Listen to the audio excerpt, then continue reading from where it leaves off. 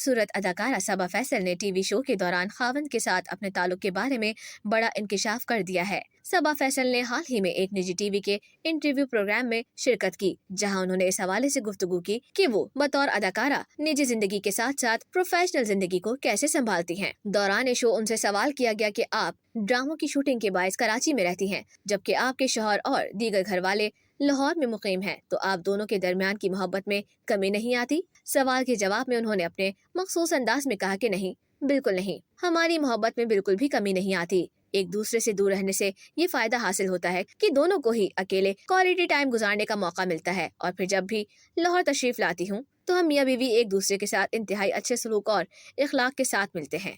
अपनी गुफ्तगू जारी रखते हुए अदाकारा ने ये भी कहा कि मैं कहती हूँ कि तमाम जोड़े ऐसा ही करें ताकि जिंदगी अच्छी कट सके। ये बात सुनते ही मेजबान ने कहा कि अगर एक दूसरे से दूर रहते रहते एक दिन आपको पता चले कि मेरे शौहर तो पहले की तरह रहे ही नहीं, यानी उनके ख्यालों में अब कोई और बस्ती है, तो आप क्या करेंगी? इस सवाल पर सबा ने जवाब दिया कि मैं खुश होंगी कि कोई तो है जो मेरी खिदमत कर सके, लेकिन इसके अलावा मुझे ये भी यकीन है कि जब कोई भी खातून ये सुनेगी कि फैसल साहब की पहली अहलिया मैं हूँ, तो वो खुद ही जान छुड़वा कर भाग जाएगी। इस मौके पर उन्होंने एक माजी का यादगार किस्सा सुनाकर अपनी बात की वजाहत पेश की। सबा फैसल के बकौल, जिस वक्त मेरे शौहर नौकरी किया करते थे तो मैं एक दिन उन्हें बगैर बताए उनके ऑफिस चले गई और वहाँ मौजूद लड़की से कहा कि मैं फैसल साहब की अहलिया हूँ, जिस पर उन्होंने फैसल को बुला लिया। तो जैसे ही फैसल मेरे पास बैठे तो कहने लगे कि तुमने इस लड़की से ऐसा क्या कह दिया है, अब तो वो मुझसे बात ही नहीं करती, जबकि वो पहले अखलाक से पेश आती थी। वाज़ेह रहे कि गुफ्तगू के आखिर में सीनियर अदाकारा ने ये कहते हुए मज़कूरा मौजू का इख्तिताम किया कि मर्द जात तो होती ही माशाअल्लाह है, बस औरत को खुद पर भरोसा और एतमाद होना चाहिए।